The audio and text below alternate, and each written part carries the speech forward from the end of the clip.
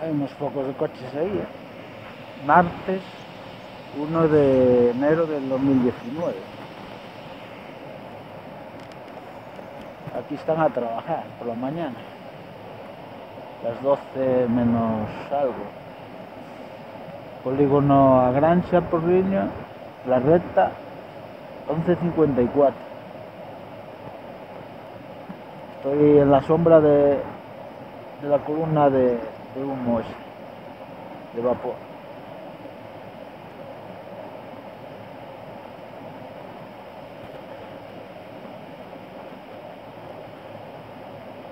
Hay unos pocos de coches.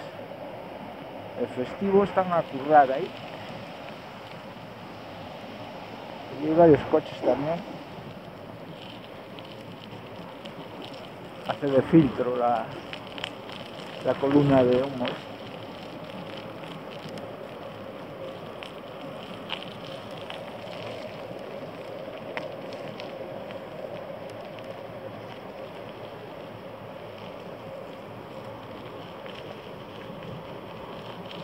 Yo lo miro bien, pero